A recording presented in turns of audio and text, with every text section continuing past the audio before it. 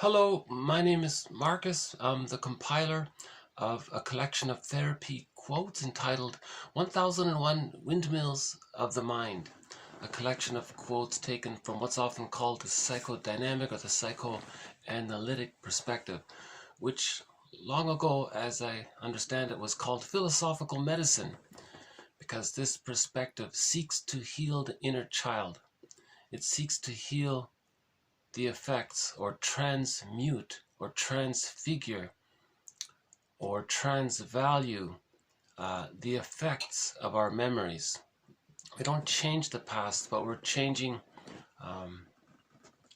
the effects that the past have or has on us. In other words, if there's a traumatic script in the unconscious, we may be living our lives, we may be in reference to that script too much. So what if we change that script and make it a healthier, happier script? Then things would lighten up. In other words, we're trying to unpick the threads of a traumatic script and weave those threads into a new, healthier script. In recent videos, I've tried to give an introduction and an overview of this perspective as I understand it at this time in my humble state here. Again, I'm not a therapist or a professor. I'm not a shrink or a counselor or social work. None of these things. I only have a BA. And I took an interest in this perspective when I hit about 40, thinking, yeah, there's something missing. There's something wrong. I got to figure this out. So I started with the Enneagram. I just read that, and then I discovered Masterson's book, and through that I discovered object relations theory, and then I went on from there. So I'm the compiler of quotes from what's called developmental object relations theory. So that's not to say that this is the only model or pathway to achieve the psychological birth or to heal ourselves and whatnot.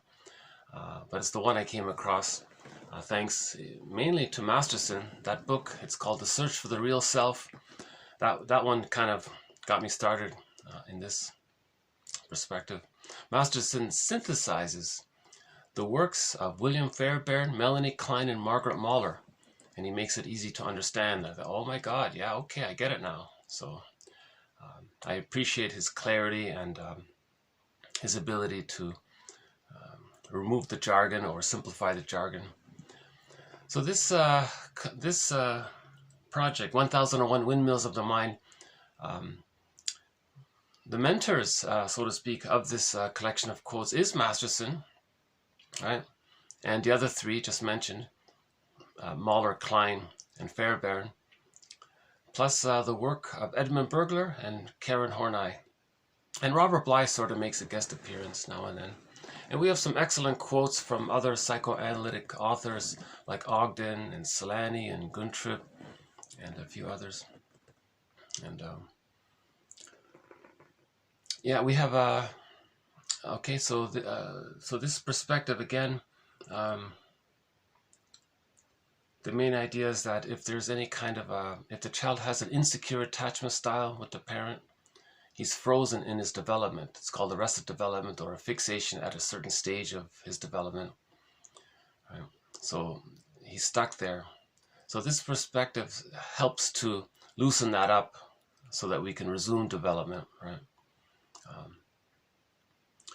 And part of this process is to be our own existential detective. So these quotes are helping us to be our own existential detective because we want to find links.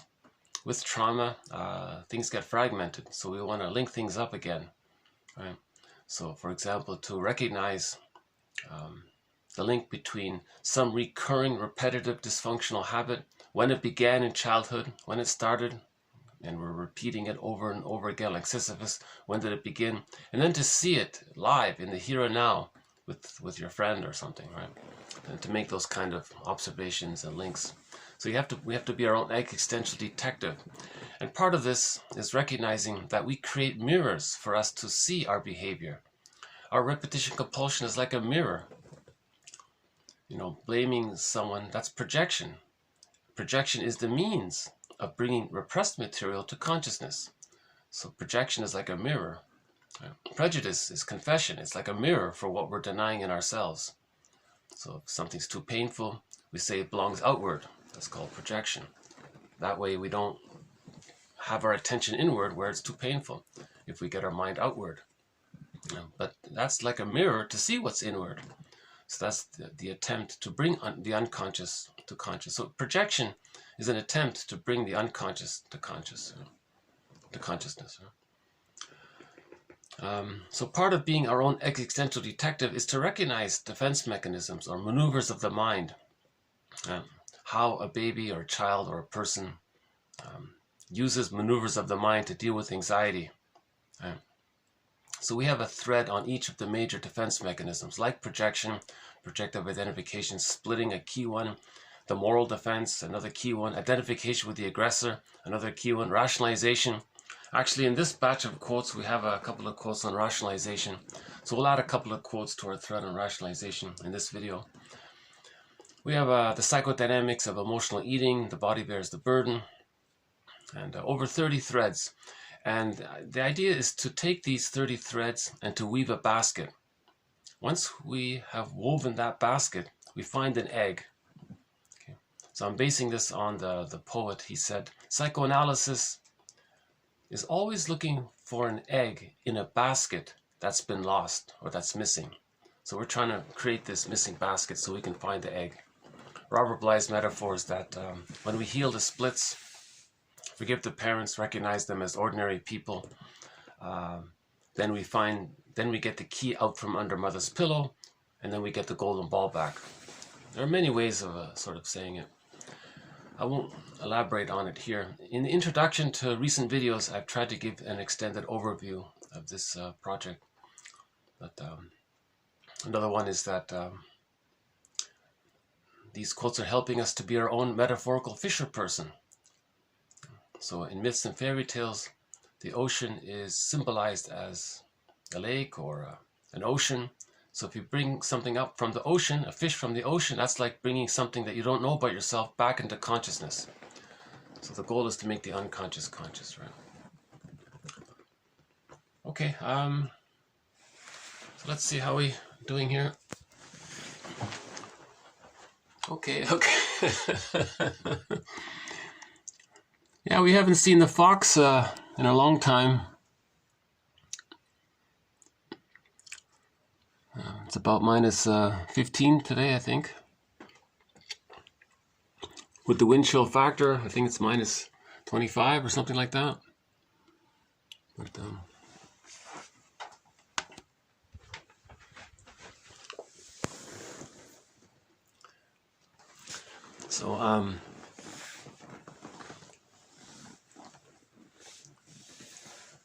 in this batch of quotes, well, just two quotes really. So this will be sort of a lighter video, I think. Actually, lighter video because the content is heavy. So that I'm trying to reduce the amount of it because I think this first quote here, 1905, I hesitated about whether or not to include it because it is a little difficult and it does seem kind of rare. On the other hand, maybe it's not, so let's just put it in as a question mark.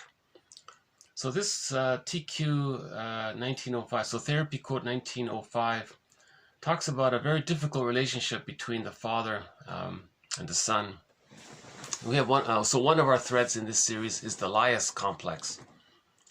So that term simply means that whenever the father has a son, and for whatever reason, if the father, when he himself was a child and didn't get the love that he needed, and he was treated badly by his mother, and he identifies with the aggressor, then when he has a son, he's going to be rejecting towards his son because he wants to communicate to his mother in the mind that when he was a child, he was rejected by her, and he didn't like it, and he's showing it to her through his behavior towards her mother's grandchild. That's called the negative magic gesture.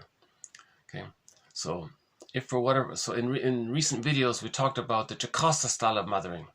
So if for whatever reason the mother's stuck in her existential dilemma where she got an insecure attachment style, right, and then she has a son, she might be negative towards the son because she wants to communicate to her mother in the mind that when she was a child, that her mother was negative towards her, and she wants to show her. Now that son grows up, okay, and he does the same thing to his son. So that's called the lias complex. So when the father's negative towards or rejecting towards the son, he has the lias complex.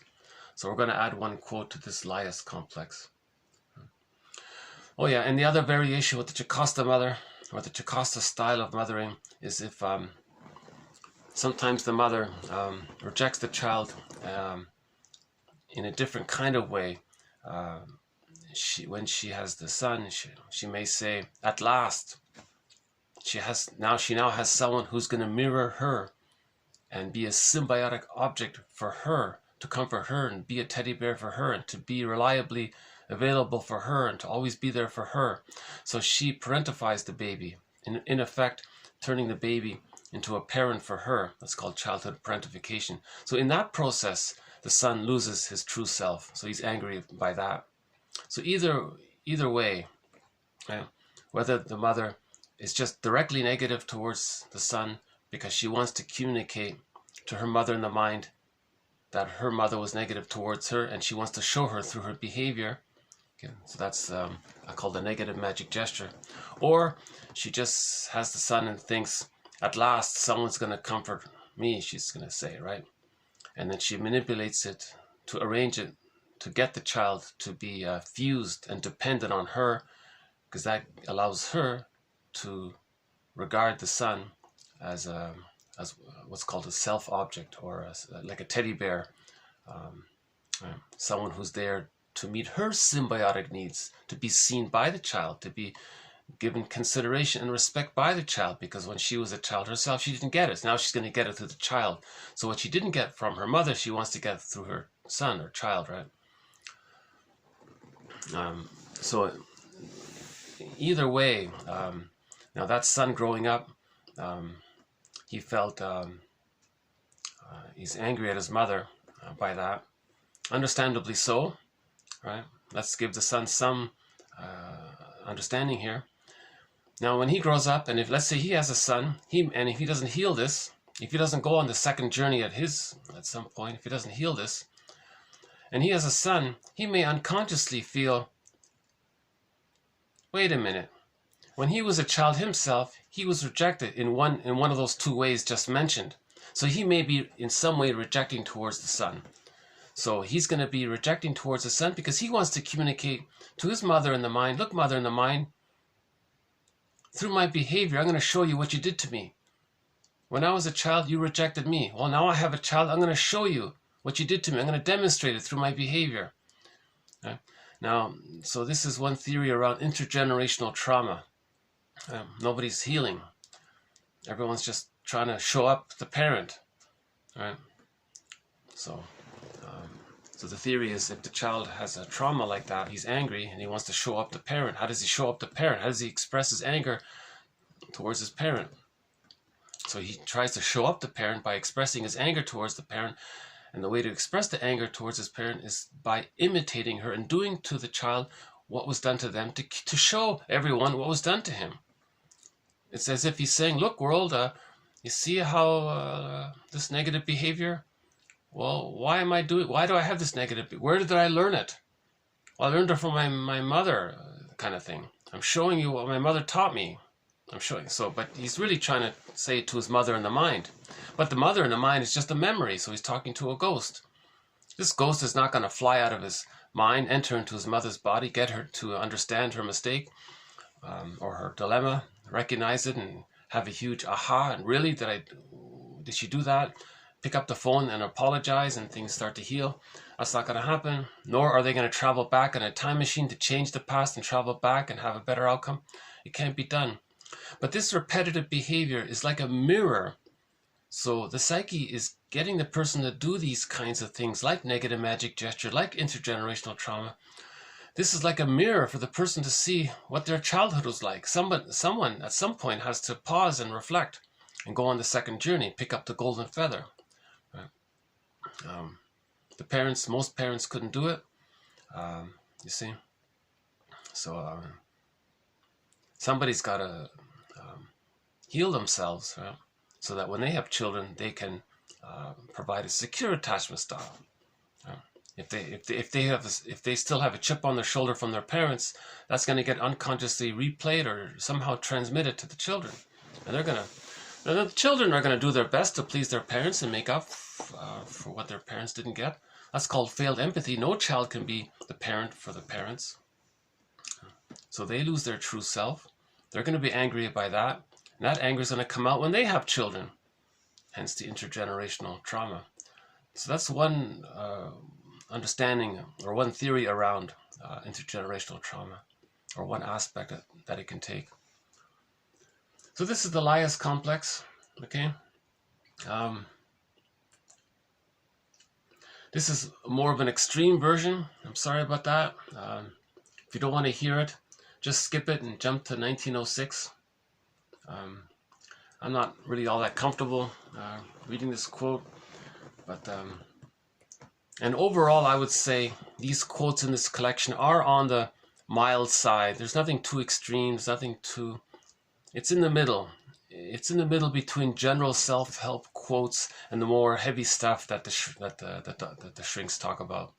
Because I'm not a shrink, so I'm not going to talk about the more serious cases. I'm just trying to talk about what's called the middle journey, right? Once upon a midlife, right? Described by Chinen. So again, Chinen provides 50 interpretations of middle tales. Okay, so about the midlife crisis, where we forgive the parents, find ourselves, and get our golden ball back, basically, right? Okay, so one aspect of being our own caring witness and our own existential detective is to maybe acknowledge the reality that maybe the father was angry and he passed it on to his son. That's called the Lias complex. Okay, so let's see how this goes here. Okay, TQ 1905. Okay, he was talking. The case here was this was a specific case about one unhappy man here. Okay, one husband who was angry at his wife. Okay, decides to displace his anger on his son, scapegoating him with the rationalization quote. Okay, so this introductory part was this man projected his mother onto his wife, so he was always angry at his wife, but he didn't want to lose his wife mother, so he displaced his anger onto the son. So he's rejecting his son that way because he has it within him to do it. He has the Lias complex within already, right? So this just sort of triggered the activation of his Lias complex, let's say. So this father scapegoats the son with the rationalization quote. The son, it's as if the father who's scapegoating the son says, "Look, son, I'm sorry, but it may make your suffering easier if you realize that you are playing an important role in preserving our family." Okay. So he's using the rationalization. Look, son, you're going to be the scapegoat in this family. If your mother needs comfort, right, because she's unhappy with her husband, then you're going to sacrifice your true self to please her. Now, if your father is angry at his mother wife and he doesn't want a problem there, he may take his frustration out on you, son. So you're keeping the parents together. So that's called scapegoating. His true self is scapegoated, right? His true feelings, his feeling self, his golden ball, his true potentiality, his real self, his ability to mourn, his ability to feel joy, his ability to feel aliveness. All of that got lost. So the child was scapegoated. That's what we mean there. So the father's making the rationalization. Hey, you're important. You're preserving. You're keeping the family together. You're pretty important, little baby, or little kid, or little child, or whatever. That's his rationalization. You should feel proud of your power to keep your angry, unhappy parents together. And the child is going to be delighted. Wow, he has that power to do that.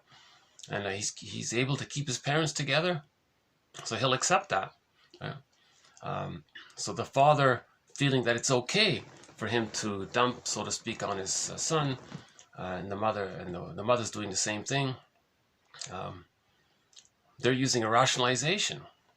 It sounds sort of almost that you want to think it's okay, but it's not. A rationalization is when you want to give the appearance of being reasonable. Right? You want to hide the more terrible thing by masking it with something that sounds kind of okay, but it's a lie, right? That's the idea. At the same time, this father is trying to recapture some of the omnipotence of his early childhood. Okay, now the father has failed in his life, so he has a lot of sort of personal failure in his life, and decides that he's not going to fail in the presence of his son, thinking, well, I can't be a total flop. So this father wasn't successful in other areas of his life. He's unhappy with his marriage, unhappy with his work. He thinks he's got to one-up, he's got to be on top somehow. So he puts down the son to feel one-up. That's his way to feel one-up, to put down the son. Right? So he's preserving his narcissism by doing that. Right? At the same time, this man, when he was a child, he had a younger brother. Now this younger brother took away some of the mother's love, right? Okay, he still resents his little brother from childhood from having diverted away some of his mother's love, and projects the hated little brother onto his son to express his anger at his little brother. Right? Now the father may even incite his son, okay, his little brother, to do something wrong, and then it gives him the chance to feel important again. Okay? So remember, the father has this agenda to want to feel important and strong and one-up. So how is he going to do it? He's got the son there.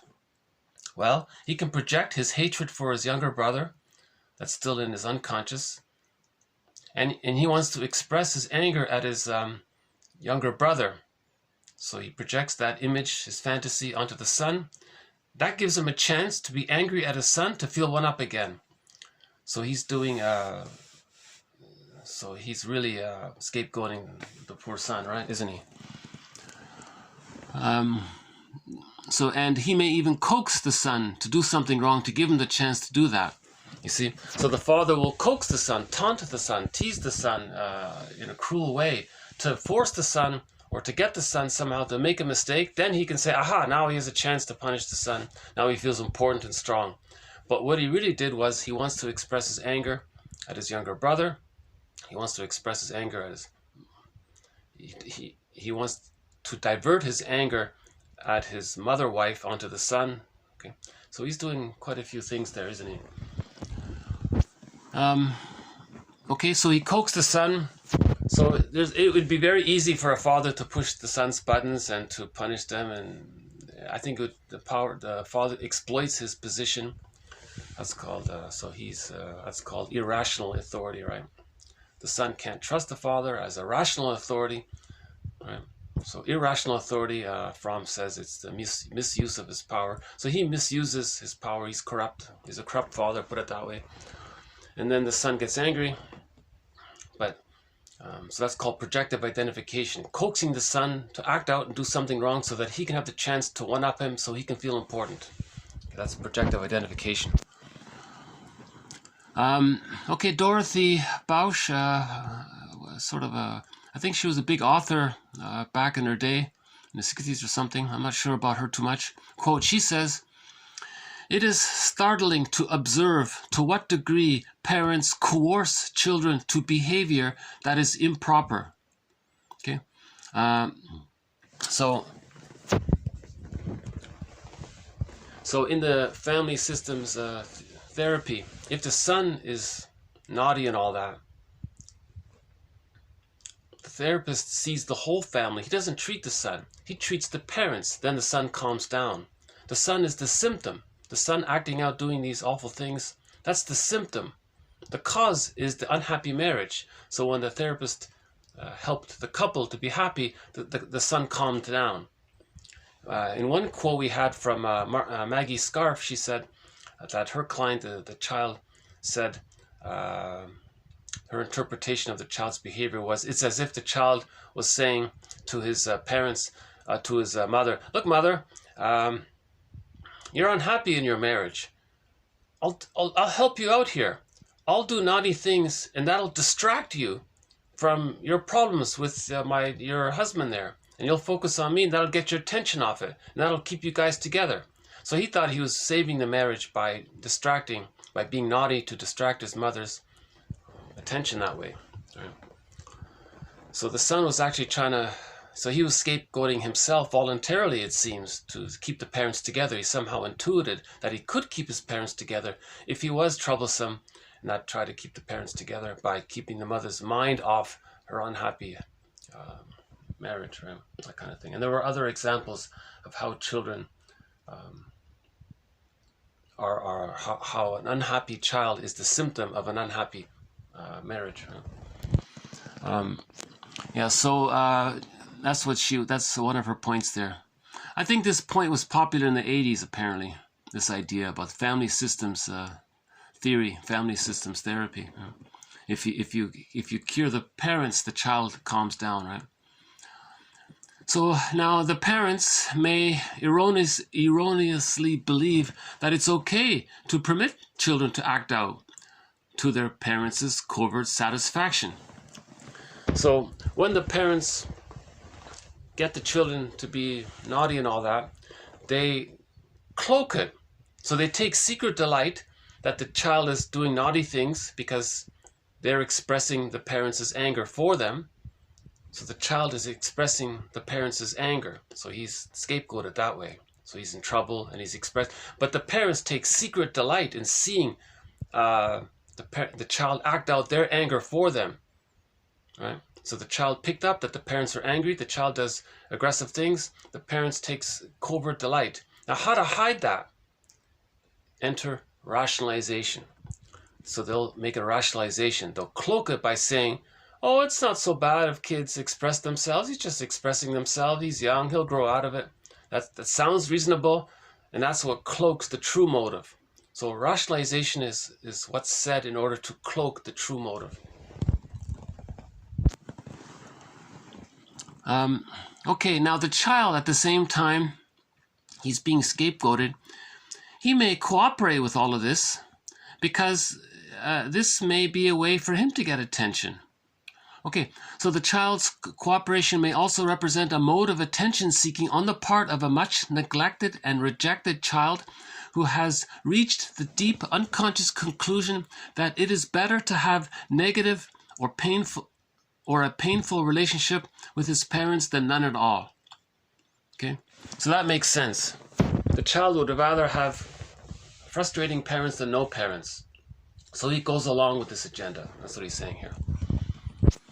Okay, the child may even, additionally, moreover, the child may even contrive to reap any rewards or benefits of the parents' subsequent remorse. So in some cases, maybe the parents feel badly about it, and then they give the child some extra cookies. And the child thinks, oh, this is the way to get more cookies.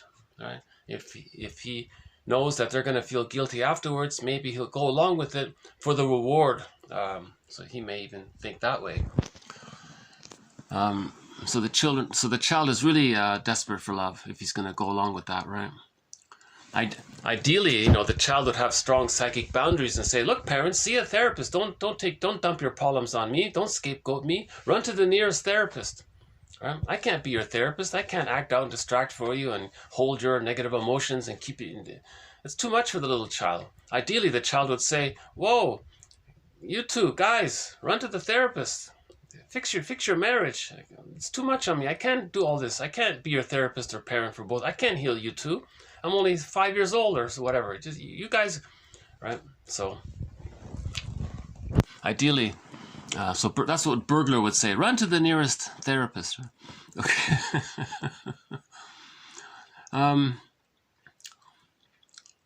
So that's the secondary gain. And there are even more distorted conscious wishes by the child.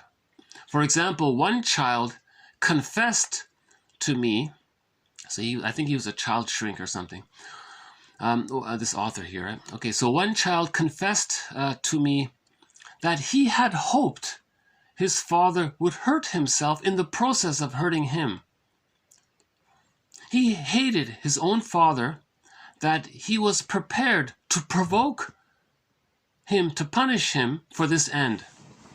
So now things are really getting extremely dysfunctional. The son is so angry at his father at this point that he gets the idea that maybe in the process of the father punishing him, maybe the father will hurt himself in the process somehow. So the child is actually thinking maybe he can arrange it so that the end result is that the father hurts himself, and in the process the child is willing to take some suffering towards that end. You see, that extremely dysfunctional family, very severely dysfunctional family. Poor kid. Okay, so that child, by the way, that reminds me, that child may end up with a pattern called emotional masochism, where he thinks if he suffers, maybe that would be his way to punish his parents in the mind. So this little child, if he grows up and becomes an adult, he may do something dysfunctional or self-defeating, thinking it'll damage his parents out of his unconscious fantasy, learned in childhood at that time there, you see. So this could be the etiology or the starting point of that pattern, right? On some occasions, right, so another example here, on some occasions, this father, okay, I guess I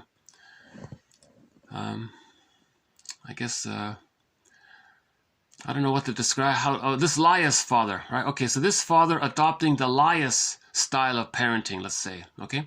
On some occasions, this father who is adopting the Lias style of parenting, or who has the Lias complex, shames his son for some of the shameful things which the father himself does by projecting himself onto his son, thinking that he should be punished.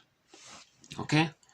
He scapegoats his son by using him as a placeholder or fill-in for him, with the added on top cloaked rationalization, well, I'm punishing myself, well, I'm punishing my son, which is myself, well, I'm just following the cultural line, I'm doing what is expected of me. So here's another yet twisted dysfunctional attitude of the father. The father does shameful things in himself. He projects his self-image of being the shameful one onto the son and thinks that the son is shameful. So he projects himself onto the son. Okay, so he projects his concept of himself as being a shamed one, thinks that the child is the shamed one, then he doesn't have to feel it himself if he projects it outward. Now, if he projects it outward, and he's the shamed one, now he can discipline or punish the child because the child did something wrong, but he didn't. In the father's secondary delusion, he's trying to punish himself because within his mind, he has the memory that people who do wrong things should be punished. So he's punishing his son. So he's following some, basic moral etiquette or something, that someone shouldn't do such a thing. So you see how it gets convoluted? So the father did something wrong. He himself thinks that he should be punished. That's what he learned. But he doesn't want to punish himself. So he puts himself onto the child and punishes the child with the rationalization, well, that's the thing that should be done because that's what he learned within. Okay, so that's another example of it. Now, I left it at that. Believe it or not, this thing goes on to even way more disturbing material, which I can't include. That guy really shouldn't be a father if you read the full story. So this is the limit that I'm going to post here. This is pretty bad. So this is called toxic masculinity, or aggressive. He has a moral disability, whatever, however we want to describe it. The most neutral way that I can think of is that he has the lias complex. The lias complex. So he's got to heal the lias complex. Now, how does a man get a lias complex? A man gets a lias complex because when he was a child, he developed a mother complex. Now, why does he have a mother complex? Okay, so if he recognizes that that the lias complex is the adult version that springs forth from when he was a child, that he developed the mother complex. In other words, if he realizes that when he was a child that he had and still has a mother complex, so in other words, the lias complex is just another way of saying the mother complex. Right? The term is different to distinguish that in the adult form he's punishing his son. But the mother complex just means that he's overly attached in a negative way. He's married to mom in a negative way and he's stuck there and he's angry. That's the mother complex. So this guy has to heal his mother complex. If he heals his own mother complex, right, in other words, he separates from her. Okay. So how does he separate from her? He has to realize why he didn't separate from her naturally. It's natural for the child to be himself. Why is he an extension of his mother? Or why is he him? Or why did he identify with her? So that he really has no sense of who he is if he's just imitating his mother in the case of identification with the aggressor. So how does he separate from his mother if he is her? Or if he's caught in a negative tar pit of the negative symbiosis with her? Okay, so he has to go on the second journey. He has to face the reality that his mother's love was more unavailable than available. Then he's got to forgive her, and that leads to the mourning process. It takes 20 years to mourn that loss, right? Roughly, according to Robert Bly and others. Roger Gould says it. Yeah, Chinen says it as well. Many fairy tales estimate it takes about 20 years to do the second journey. Right? So the second journey is when man gives psychological birth to himself.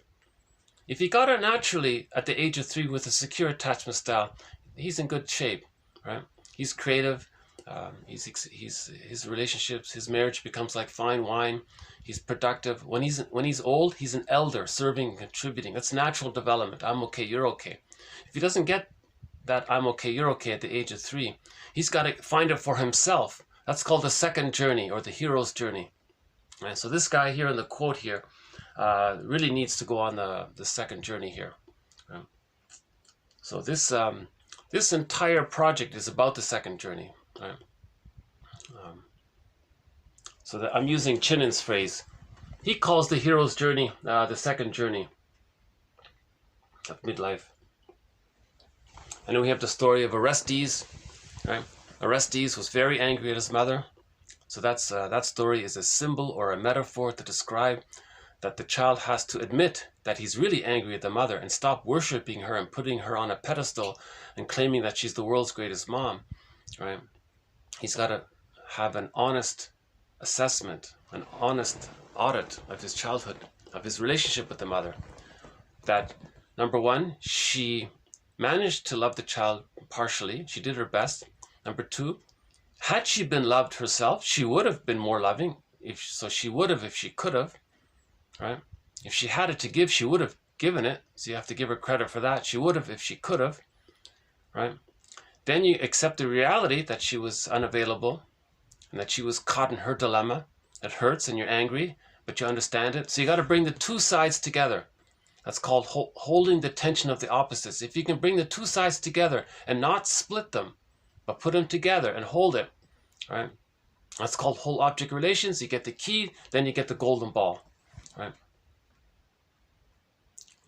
Or you get the egg in the basket, and other metaphors. The firebird arises, you mourn, right? And then with the mourning process, then you find the key under the pillow, then you open the cage, and then you get the golden ball. That's the real self, right? So self-reformation leads to the transpersonal psychology. Okay, that's psychological birth, meaning you want to find your ontological self. The ontological self is when you separate and differentiate from the mother. That normally takes place.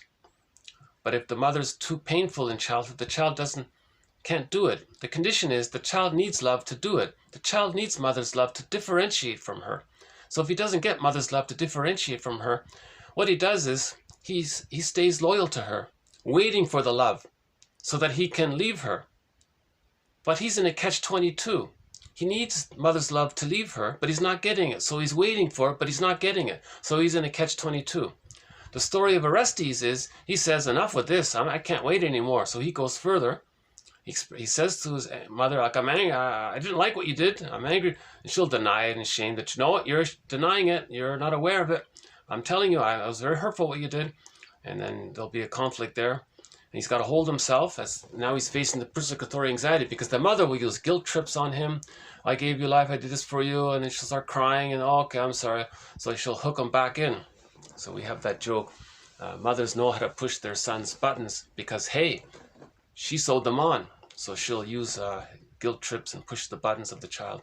He's got to say, no, you're pushing my buttons. No, I got to separate. So that's called the stories of Orestes. So that metaphor in that story is just a symbol. It's just a metaphor. It's not literal.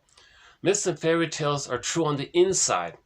That outer story is a symbol of describing the inner psychological dynamics of admitting that we're angry at the mother, right? So that we can separate and find ourselves. Right? Then when we differentiate from the mother, right? Part of that process is the grief work process, right? Then you forgive her, right? Then you get the key, then you get ontological security. Then you get the connection to the ontological self. That's called transpersonal psychology. Okay, so that's called, so the life force sort of decathects from the image of the mother and it cathects to the image of the self. That's the psychological birth. That's getting the key out from mother's pillow. So that work is self-reparation, reparation of the other, forgiveness, understanding, reparation of the other leads to reparation of the self. Okay, then that's the transpersonal psychology, means you connect to your ontological self. So your me and the I are connected. The I, right, the sense of self, the basic trust connects to your sense, your concept of the me, and then the I, you're connected to yourself. And then you get the golden ball. That's called emancipated innocence. Then you can be an elder because you're relaxed and you're not in this bitter battle with your mother all your life trying to show her up, and because you're still waiting for her love and you're not getting it. And then you become a curmudgeon. So the curmudgeon, right, has the Elias complex, the mother complex, right? Because he's still waiting for his mother's love, but he's not getting it. He's getting older and older, and he's still not getting it. He's still waiting. So that's why he's a curmudgeon. Very miserly, bitter, stingily, because he's still fighting with his mother. He's still trying to get milk from her, so to speak. He's not getting it. So it's a secondary delusion to think that he can still get it. So either that guy just repeats and repeats like Sisyphus, or he talks about it, goes on the second journey, all right, learns about it, and then he can separate, differentiate from her. In the Odyssey, same thing. In the Odyssey, when Odysseus went into that hell scene, the underworld, he saw Sisyphus in that hell scene. He looked into Sisyphus's face and saw that it was his face. So that's a symbolic metaphor of describing how each one of us is repeating a traumatic script, like Sisyphus. Yeah. So when he left the hell scene, it was difficult, and he was tempted to just give up. That's the sirens. The sirens is the voice within saying, this is very difficult. Isn't it easier just to give up? Now we know the story, right? So that's why he tied himself to the mast. He put wax in his ears, and he says, no, I'm going to find myself. I want to find my golden ball. I want to differentiate. I want to be myself. Right? So he resisted that temptation of the sirens. Now that curmudgeon, he fell into the temptation. He didn't bother. That's because the trauma was very, very severe, that he really gave up hope around it, it seems. You know. But he did have but he always has the chance to pick up the golden feather. Masterson has a case of a guy in his 80s. He was a curmudgeon. And then within a very short time, he became an elder. So healing can take place very quickly in the later years, actually. That's what they're saying here. So this guy here in this quote, 1905, I don't know how old he is, but... okay,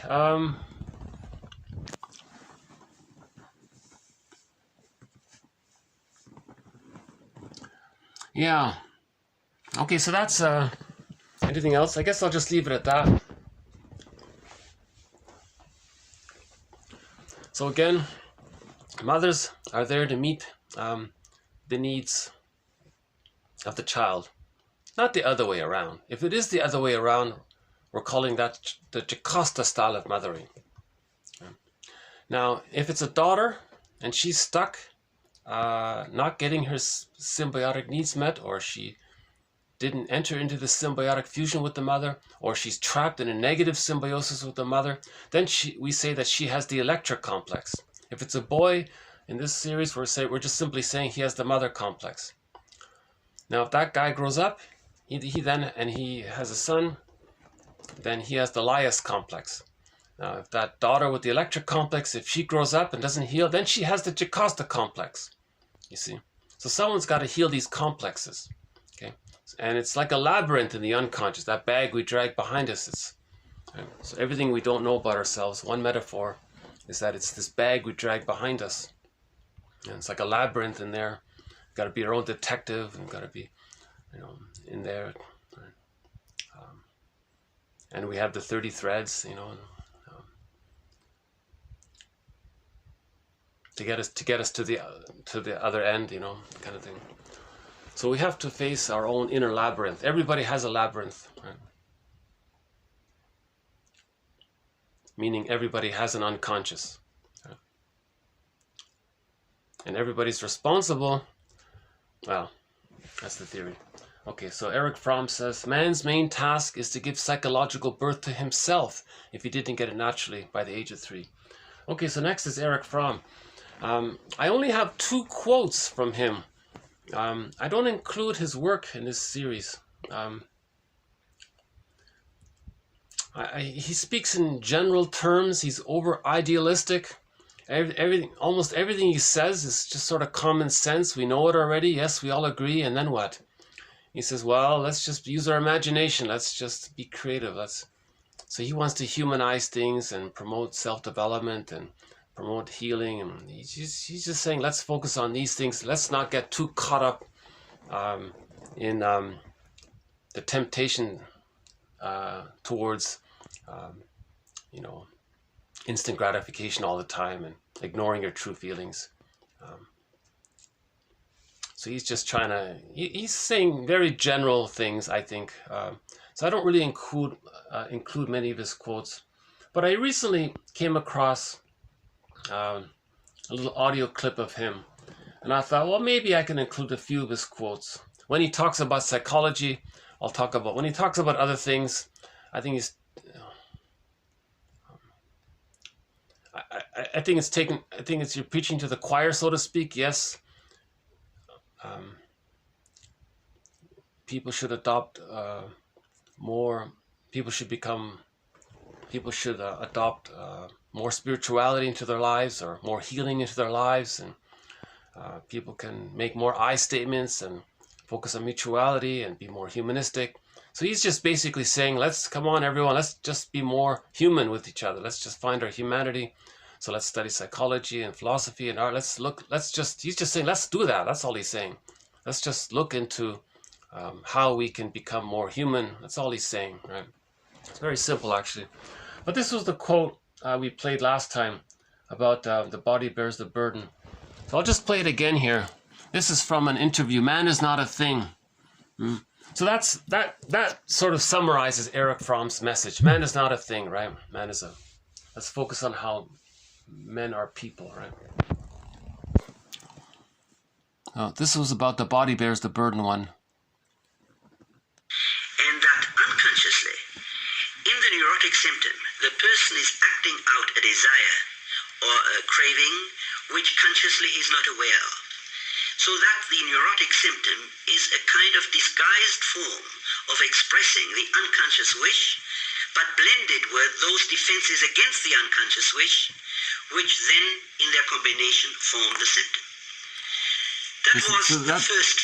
That's a pretty good. I thought that was a pretty good quote, and even somebody. And the American mother. And okay, so he was talking about symptoms. Symptoms is we still have a wish for love, but there's a fear around it then the body develops a reaction to it. So this physical symptom or the neurotic behavior reveals, communicates, expresses, and reveals and hides. So it's a compromise formation. So he says symptoms are a compromise where the person partially expresses their wish, but because of the memory of how it got rejected, he has the memory that he can't. Then the combination of the wish and the fear create the symptom. That's all he's saying there. So when Fromm talks in those psychological terms, I might include a few more of his quotes in this series. So for the rest of this video, I'll include just some sentences that he said in one of his books that I came across. I don't know the full story. Well, let's just maybe read through these quotes first. Okay, so these are just a variety of points here. Okay, the symptom. Okay, so we just talked about the symptom. He says the symptom may also be thought of as a friend that points out to us that something is wrong. His problem is not really the symptom per se, but one of personal acceptance and development. So that's another way of saying, that's another sentence that sort of summarizes his general philosophy, right? If you have a symptom, why not think of the symptom as your unconscious telling you that there's repressed feelings, that there's information in there, right? That your alter ego, that your soul is talking to you. Listen, right? Or do you just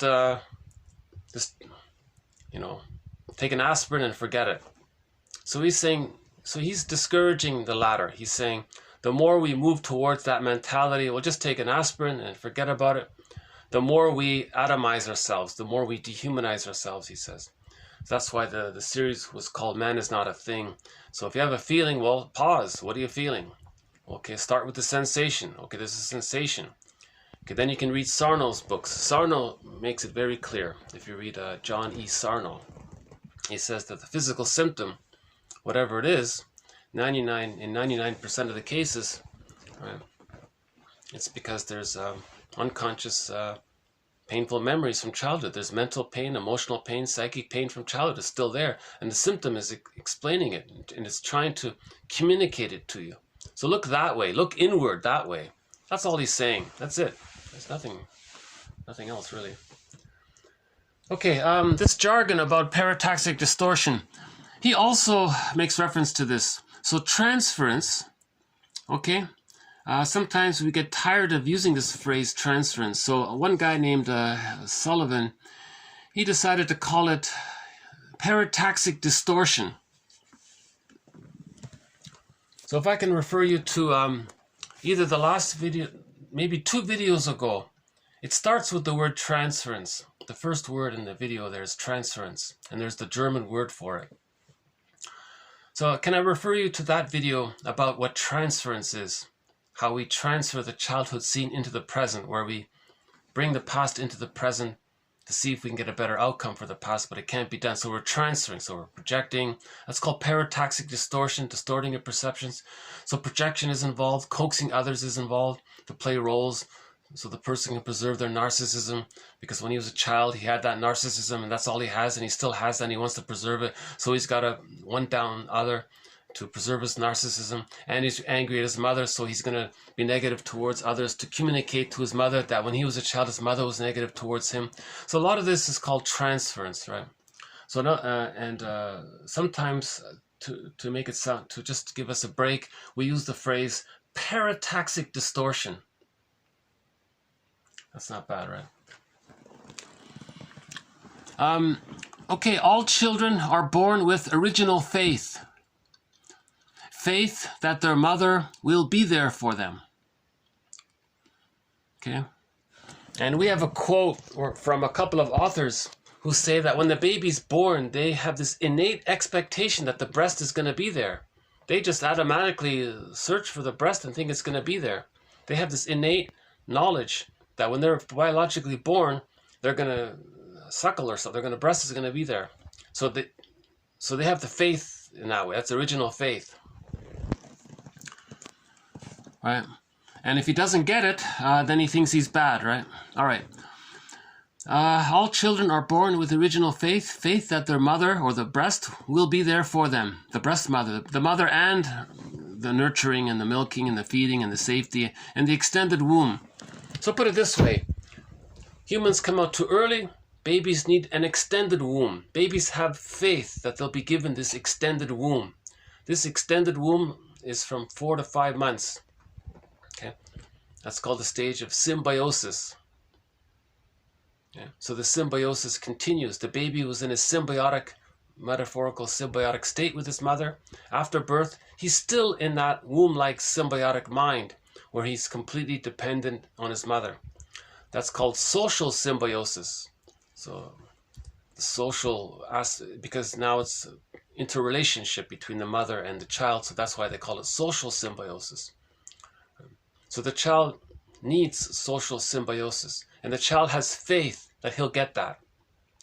Now if he doesn't get that, you see, now one child lost this faith due to mother's neglect or abuse, right? Then he became kind of angry and he sort of regressed, he said, and then he got this fantasy that if he's destructive, then maybe he can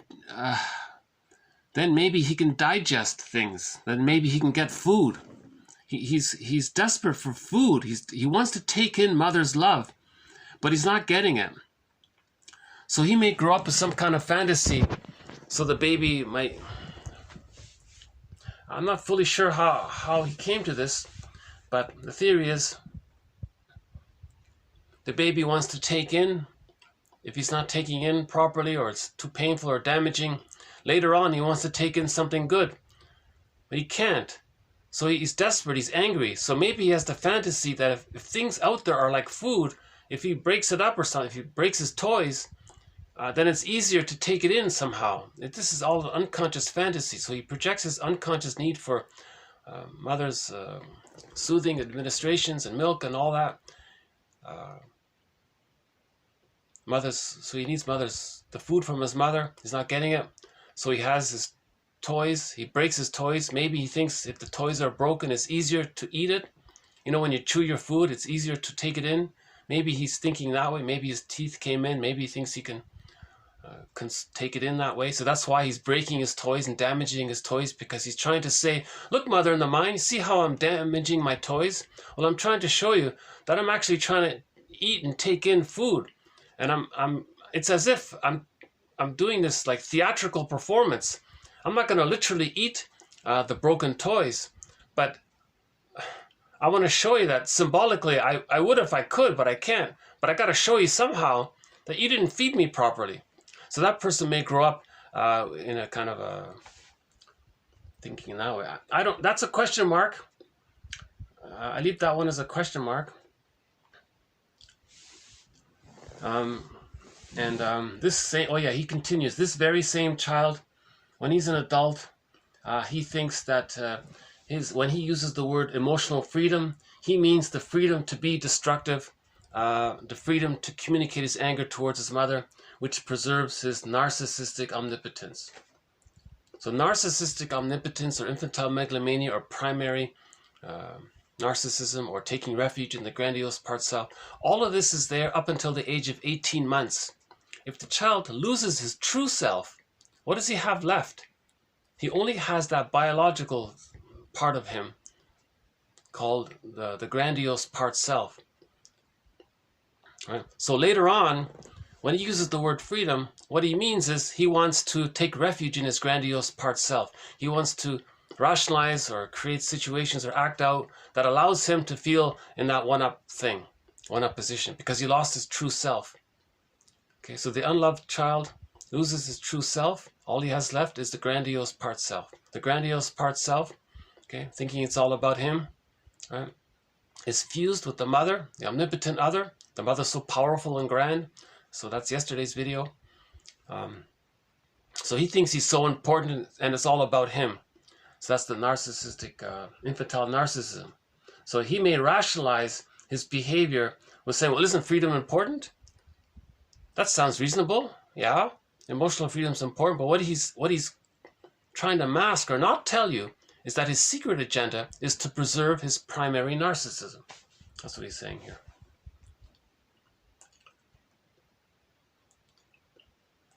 Okay, let's switch in gear here. Now, Fromm has a book called Psychoanalysis and Religion. One sentence from it is that he was talking about how there's a theory out there that when some people claim that they had a mystical experience, maybe what they had was a regression to infantile narcissism. So there's two kinds of mystical experiences. The unhealthy one is that the person returned to the symbiosis with the breast mother, and they're in this blissful state. Right? So the baby one with the mother, it's a blissful feeling. If he regressed to that point and he recreated that honeymoon with the mother, that oneness there, he calls that a mystical experience. That's not really, it's just a regression to the primary narcissism, or he experiences it and feels it, and it is a blissful feeling, right? The theory is the baby's relaxed. If he's in the womb, he doesn't even have to think that he has a need. He's like a little king. Everything's there to serve him, right? It feels pretty safe and relaxed in the womb. He's warm, he's comfortable, his needs get met, he's floating around. So something like that. Now this mentality is there up until the age of 18 months. So if he can reclaim that through his, through hypnotizing himself somehow, and he fantasizes the fusion with the mother or the breast mother, or maybe he creates a fantasy of a breast and he's one there again, just like maybe at some point he felt wonderful when he was breastfed along, and he recreated that. Then he had a mystical experience. That's what you mean by that phrase? So sometimes that's a distortion of that phrase, right? Now there's healthy versions of that phrase, right? If you have a connection to the ontological self, maybe that's the more healthy version of that phrase. But so just pointing out the distinction between healthy and unhealthy mysticism, I guess. But this series doesn't go there. Okay, back to the narcissistic pattern. Okay, the narcissistic pattern. One form of the narcissistic pattern is the Peer Gynt story. So the Peer Gynt's concept of his identity, or freedom and identity, might be expressed by the formula, quote, I am equals what I have and what I consume. So this is a variation of Fromm's basic message. Are we going to focus more about, are we going to be tempted to think that the more we have, the more we can be? Does that work? The more we possess, does that mean we're going to find ourselves more? Or maybe it can distract us from being. Maybe having too much distracts us from beingness. So he has a book called To Have or To Be, right? If you focus too much on the having, you might lose the being. But if you focus on the being, then you have the having, in the sense that you have the being. So we're trying to have the being. So let's focus on the being, then you have what you something like that. So in the Peer Gynt story, right?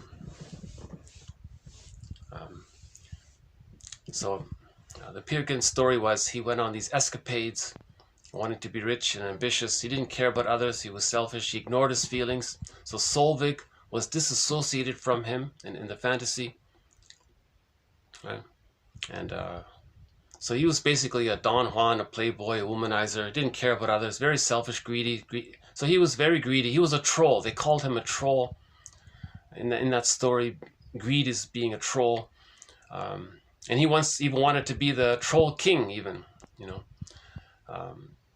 But that sort of turned things around a little bit for him. And then at the end of the story, he talks to Solvig. That's a fantasized personification of his disowned feelings. And he said, where have you been, Solvig? Where have you been? And she says, I've been here all this time. You just ignored me with your having. You forgot about your being. I was your being, but all you cared about was having, and by caring too much about your having, you were running away from the being. Right? So the image in Michelangelo's painting is Narcissus is staring at the mirror there, and the pool of water. He sees his reflection. He's trying to have mother's love. He's trying to have. He didn't get it, so he's greedy. He wants to have it, and he's stuck there. So that's a symbol of greed as well, right? That image. Right. Should we dig it up here? No, that's okay. I showed yesterday's video. I showed the pictures of by Michelangelo, by Narcissus. Right? If you look up the video created, I think it's the one posted, either the one posted before this or two before this. I did a mini rant on the Peer Gynt story on the narcissist. Okay, rationalization. A little bit more about rationalization. Rationalization. He calls it counterfeit reason, fake reason, counterfeit reason. The degree to which man uses his cognitive skills, his thinking skills, his advanced vocabulary to rationalize irrational passions shows how great the distance is which man has still to travel in order to find himself. So the more we rationalize, the more we're detached from ourselves. The more we lie to ourselves, the less being. The more we lie to ourselves, the more we're chasing having, and hence the less the being. He's not talking about anything extreme. Of course, we need our basic needs and all that. He's talking about this over-obsession with having, even to the point where in some cases people adopt what's called radical hedonism, where they're just manically addicted for the next thing they can buy or thing they can get. Or there's an interview with from the 60s on the internet with it's called a Mike Wallace interview, I think. So he mentions some of that in there.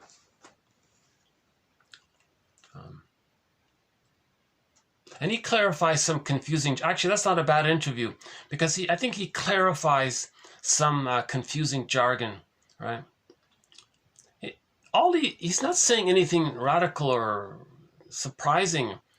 Everyone can agree. He's preaching to the choir. He's saying, yes, feelings are important. Yes, love is important. Yes, friendship is important. Let's be nice to each other. He's saying all these basic things. There's no disagreement with what he's saying, right? And all he's saying, well, if we recognize that, then why don't we pay more attention to finding ways to organize ourselves that facilitate that? So he wants to humanize the workplace, he said. In the workplace, let's humanize it somehow. How can we do it? We don't know how to do it. That's the mistake. We don't know how to do it because we're not thinking about it. We're not talking about it. We're not discussing it. That's the problem. We're just too in this rush panic to make the profit. And then in that rush panic to make the profit, we're neglecting people's spiritual, emotional needs. Right? So his argument is we should try to humanize the workplace, humanize things.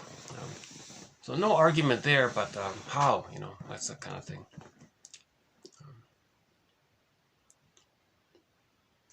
So there's a huge gap. That's why I don't include Fromm's quotes, because there's this immense gap, right? I think we got to focus more on the psychodynamics. We still have to understand ourselves better. Right? I just for myself, I'd like to understand myself better. Who am I to talk about some grand things? I want to understand myself better. Yeah. So that's why I won't be talking about Fromm's more philosophical, grand concepts. This 1001 Windmills of the Mind is an attempt to be a part of the mental hygiene movement, the mythopoetic movement, the know thyself movement. All right, the moral revolution is to heal ourselves. So this, okay, in general, we can say the self-awareness movement. So these quotes are an attempt to contribute towards the self-awareness movement. Right? So I'm aware myself that I don't feel qualified to talk about grand topics. I don't know myself that well. I still want to know myself better. So I'm still trying to understand myself. And I feel afraid to talk about grand topics because maybe that triggers. When I was a child, I talked about important things, and my parents rejected my curiosity or something. So maybe I'm afraid to be curious about bigger topics or something. I'm not sure, so I'll have to think about it. Okay, rationalization, another one here. So rationalization. This is when you want to give the appearance of being rational. Most rationalizations are held to be true by the person who uses them. Okay, that's why he's lying to himself. He's got to believe it, right? He has a motive. He has a motive for wanting to believe his own lie. He not only wants others to believe his own lies, but the more he wants to protect himself from recognizing his true motivation, the more ardently he must believe in his lies. Okay? In the psychoanalytic process, a person learns to recognize which of his ideas have an emotional basis or matrix, and which are only cliches or lies. Right? One rationalization after another. Okay, let's face these lies, one after the other, until the client breaks through the fictions, the lies, okay, the pseudo-logic, the fake logic, logical fallacies, which fill his mind, right? I.e., until he becomes conscious of something he was not conscious of before, okay? So you confront the rationalizations, and then the unconscious comes into consciousness. This process often produces much anxiety, and sometimes the anxiety would prevent the insight were it not for the reassuring presence of the analyst. But this reassurance is one of, quote, being there, not one of words which tend to inhibit the client from experiencing only what he can experience.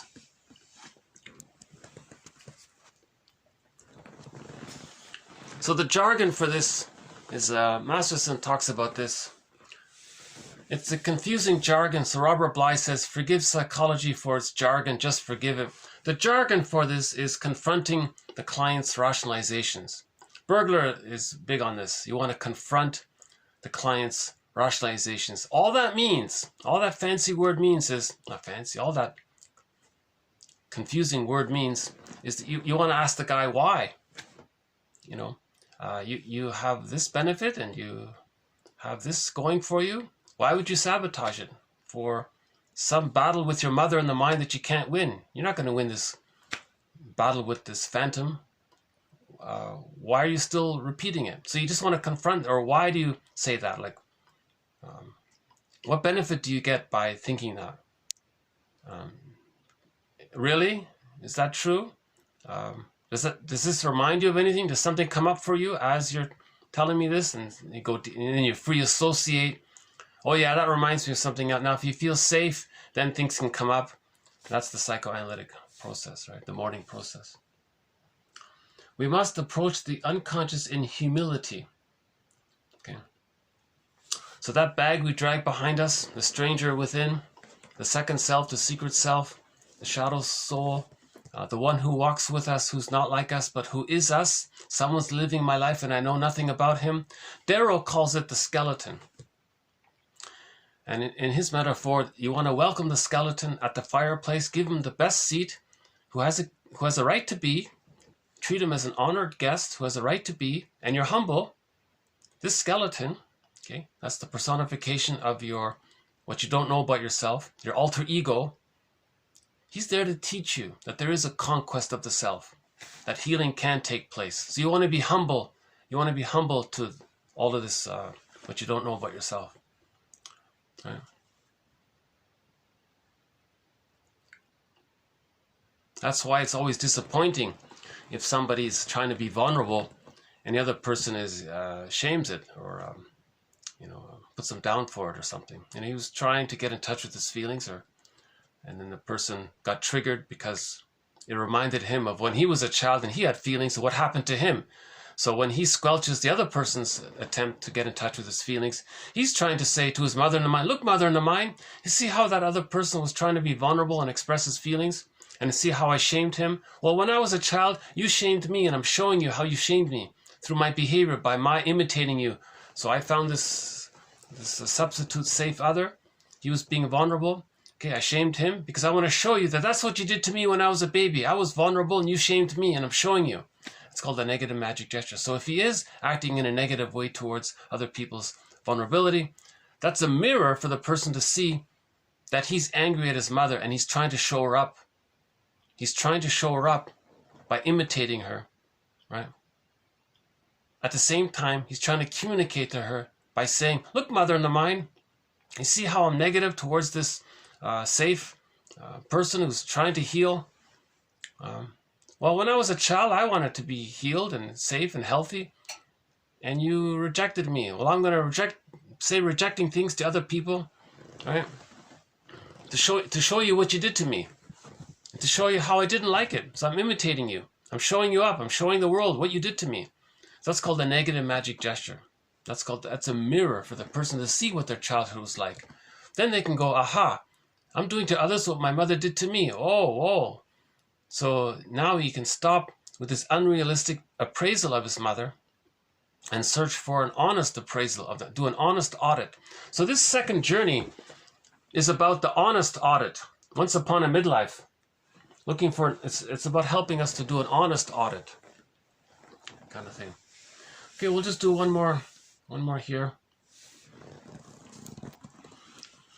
The client senses for the first time that he is in vanity, he's scared, he's got anger, while consciously he had believed himself to be modest, brave, and loving.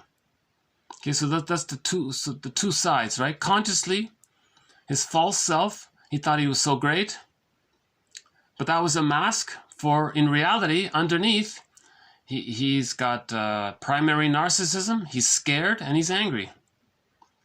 Okay, so the false self, you see, the false self is there to protect the true self, not replace it. Now he's realizing the difference between the false self and the true self. The vulnerable self is the true self. This new insight may hurt him, or it may cause narcissistic injury.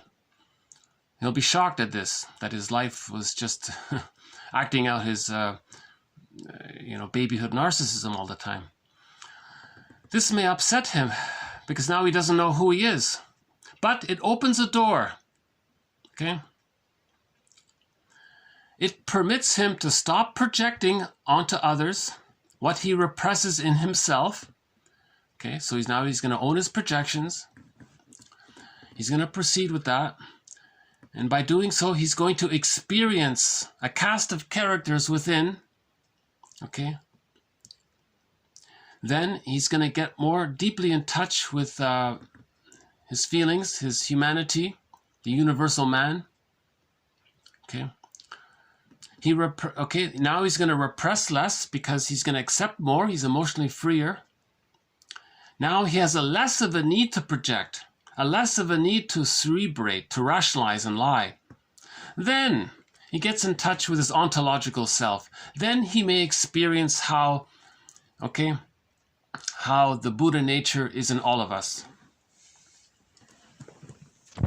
So Fromm believes that this metaphor of the Buddha, that's a symbol for the ontological self, the sense of self, the connection to the self, the feeling self, the golden ball within, the true self. All of that composition, he calls it the Buddha nature. Okay, so this is in psychology jargon, in Chinin's jargon, it's called transpersonal psychology.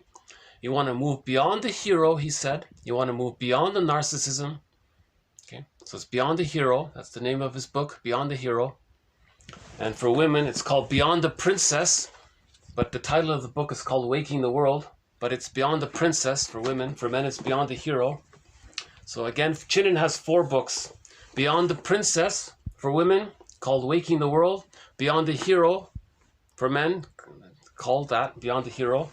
Once Upon a Midlife, and another one called In the Ever After. Those 4 books, I think, are required reading for the midlife audit, for the midlife journey, for the second journey. So his jargon for this point here is transpersonal psychology, transcendence, he said. You transcend this petty ego, this infantile narcissism, thinking it's all about you and everything's there to serve you. And because with primary narcissism, there's no mutuality. It's just all about him. That's why he exploits others, uses others, is so selfish and all that. He's still in that babyhood modality that of the baby in the womb, it was all about him.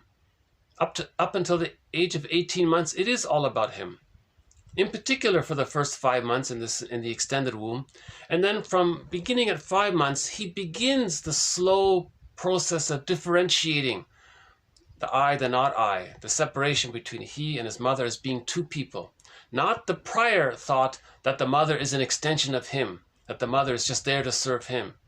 So he needs love and satisfaction at that point to get mutuality. If he didn't get love and satisfaction at that point, that leads to the Peer Gynt syndrome, the Elias complex, the Peter Pan, right? The narcissistic pattern, that guy in the first quote here, the Elias complex, it leads to that. Because that's just power and control. It's all about them. They're angry. The main emotions are power, anger, control, spite, vindictiveness, schadenfreude, love and gratitude, right? Tenderness, affection. These things haven't entered the psychological picture yet. You see?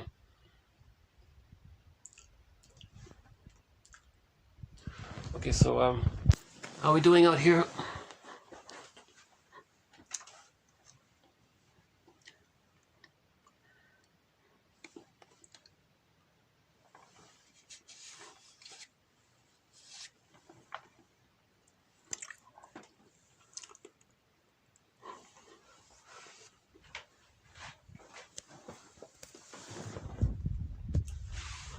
So the song I queued up for today is Moving On. I just wanted to do something lighthearted because I anticipated these are heavy quotes. These are not, too entertaining. A little on the heavy side here. And I must admit, I do see a little bit of myself in Fromm. There's a lot of difference. Fromm came from a wealthy family. About Fromm. So I just looked up a quick newspaper clipping about him. So there he is here. So Erich Fromm, he died just a few days before his 80th birthday.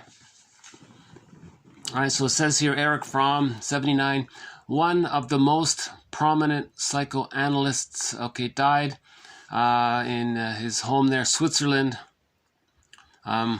He moved around a fair bit. He's from Germany, went to the States, and then lived in Mexico.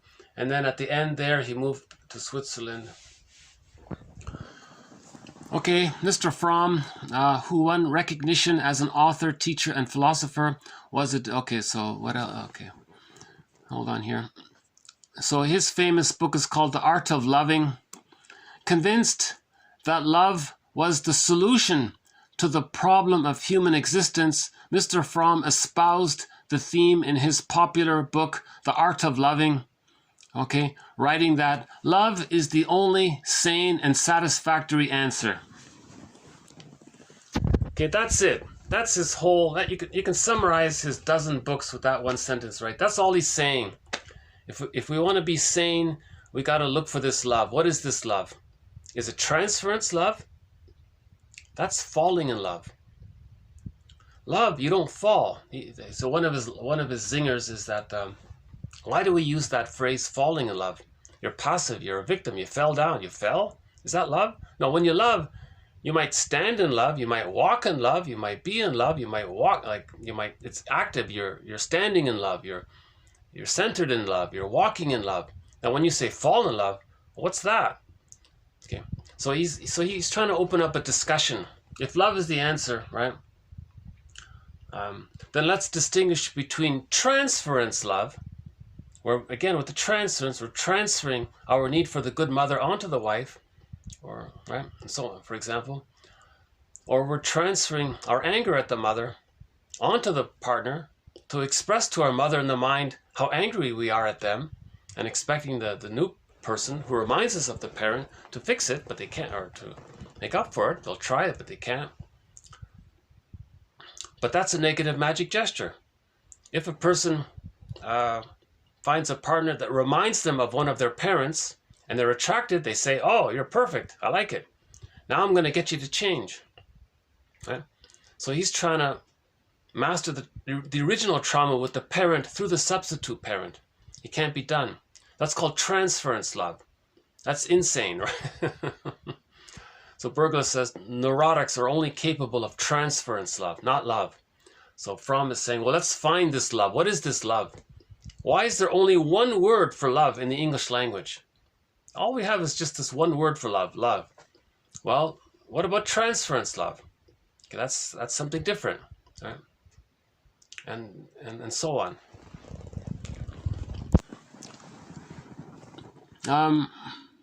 Okay, so he's just saying here, what else? He's saying, don't get confused by the jargon. There's a lot of confusing jargon out there. Don't take it too seriously. He says that therapists are not, and he criticizes some psychotherapists who just push pills all the time. Oh, you got a problem? Oh, just take this pill. So he complains about that. So he talks about the being mode. Is it having or being? So let's focus more on the being, right? And he offers these warnings, well, if young people focus too much on having, then they're going to grow up maybe very negative or something. There's not much really here in this review here. It's not a very good review, but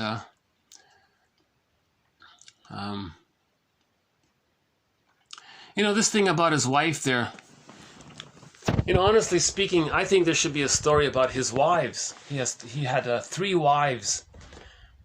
First, his first wife was his shrink. He married his shrink. So when he was in training himself to be a therapist, the condition is you have to be analyzed yourself. So he was analyzed by this one woman, Frida something or whatever. And she has a book, right? So she's a little bit well known herself. So he was in the process of being analyzed by this Frida woman. And they ran off together. It didn't last. It quickly dissolved. So that's the start of it, right? And then the second marriage, there's not much about it. I haven't looked into it. They just said in the second marriage she was intellectual or something. But there were I don't know. But the third one, there's a little bit of information about his third marriage. In the third marriage, he married a woman, as I understand it, who was the complete opposite of him. He's this, bookworm guy with glasses at the desk, writing nonstop, right? He's this nerdy bookworm guy. Right? He married this tall, attractive, confident businesswoman who, I don't know if she was a billionaire, but they said she was very wealthy or something. So she had homes all over the world in Switzerland. That's why he ended up in Switzerland. So he married a rich, attractive, wealthy woman. And so that was his third wife. And that one lasted to the end. And during the honeymoon phase of this third marriage, when he was really happy, I think maybe he found his mother because she was wealthy and he was taking care of him. He was the little child that's staying in his bedroom writing these books, and she was the strong parent. But she liked, so they were opposites. So he expressed the thinking side for her, and she expressed more the earthy, practical, reality side for him, right? So maybe there was a balance that way. And as I understand it, this wealthy wife got tired of the business world and she wanted something different. So she found Erich Fromm refreshing, a refreshing difference. But she wasn't like an intellectual nerd like him. So they were opposites that way. So we could say that they expressed each other's disowned sides in a way. Yeah. So I think if there's going to be a movie about Erich Fromm, forget about him. Make a movie about these 3 women. Make a movie called The 3 Wives or something. Or Erich's 3 Wives. The 3 women. Or something like that. Make it about the women. Because I think their stories are much more interesting than his story. His story is pretty simple, right? Wealthy family, moved to the States, wrote a bunch of books, got a good job in Mexico, wrote some more books, met this beautiful woman, and then retired in Switzerland. Okay, pretty simple. He had an easy life. Um, he had it all by the sound. There may be a bit of hypocrisy there because he's living a wealthy lifestyle, but he talks about the importance of being more than having. Maybe it's easy to do because he had so much. Maybe he's lacking the being. So maybe he was just saying, look, I have all this, but I'm still not happy. How do I find more beingness? I'm not sure of the whole story. I just discovered from a couple of days ago, so I can't really say too much about it. And I'm just going to leave it at that for now. So we might have some more quotes from him in the future, or I might just leave it at that for now.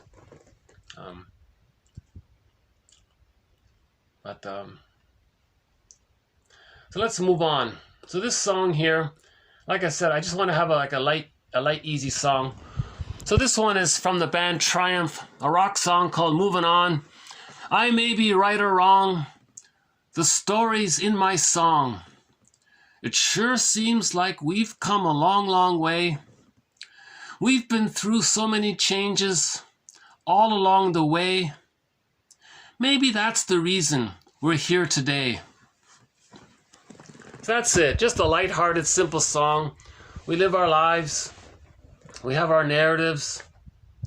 We progress, we learn. And we're here today. We go through changes. We move on, we learn. And we're here today. So we're moving on. We're moving on. That's all it is. So it's a pretty simple song. So I'll just maybe end up here with this song here by Triumph. This is on the opening track to their 77 album, I think. Great rock band, if you don't know them, called Triumph. Their big hit is called Lay It on the Line and Follow Your Heart. This one is not a hit, but it's not a bad song.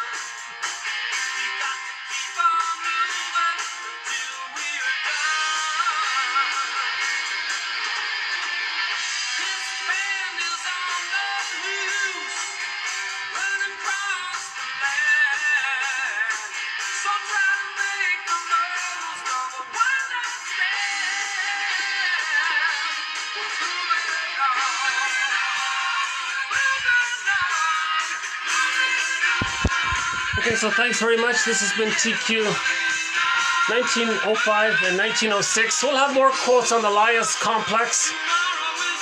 We may or may not have more quotes by Fromm. We'll see how it goes. I'm going to put his work to the side for the time being. He doesn't really seem to offer the details of the psychodynamic process. He's too focused on cliches and saying the obvious in elegant ways. He's popular because he's very articulate and he has a nice, polite manner. But I think people are maybe comforted by his way of speaking. He's very articulate, he's very polite. So people like that. But he's not really saying that much, really.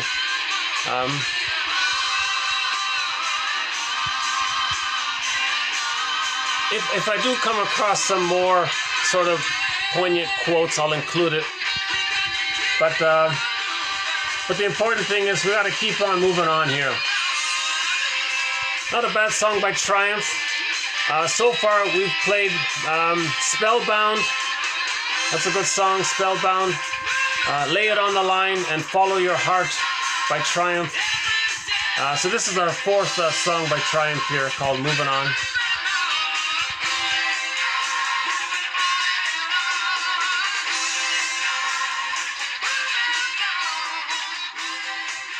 Sometimes you just have to move on, right? Okay, so thanks very much. I'll leave it here for today. Thanks again. The quotes are posted below, and I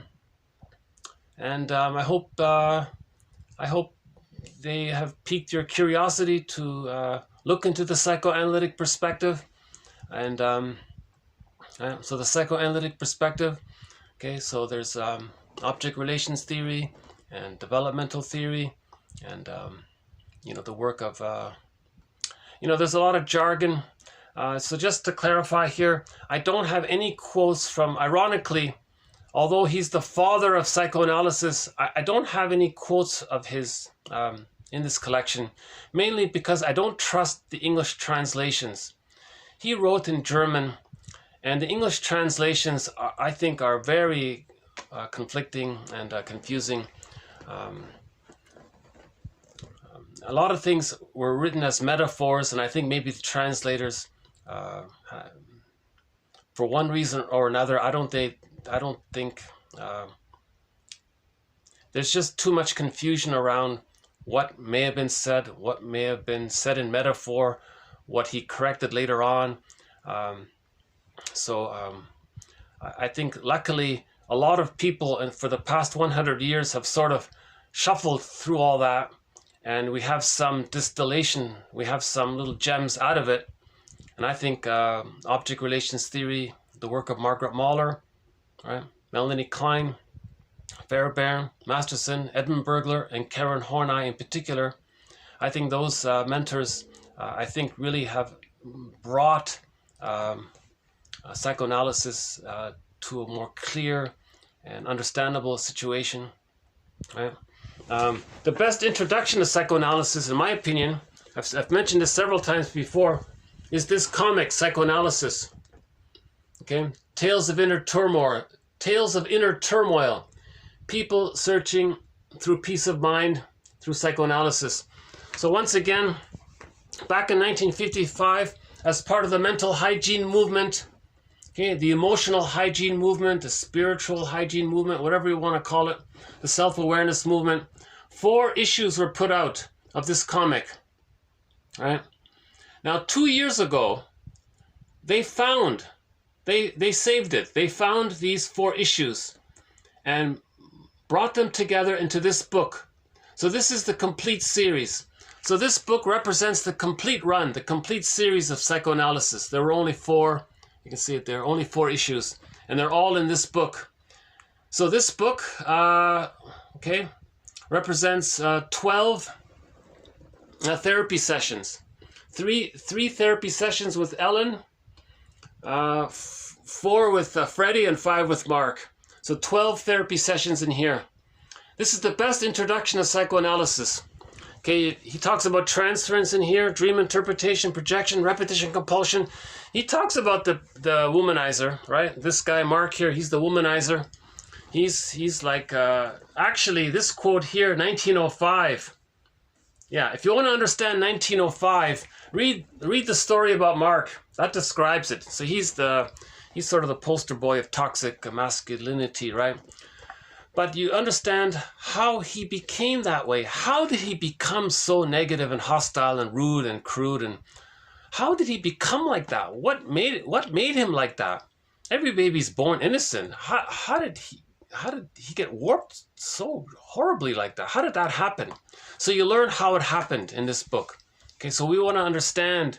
Okay, this is about understanding how things are happening, so we can heal it. Understanding leads to forgiveness. Yeah. The willingness to understand and forgiveness are the same thing, actually, someone said. Very interesting quote. So I guess I'll just move on here and hit the pause button, and I'll see you in the next video. Okay, bye for now.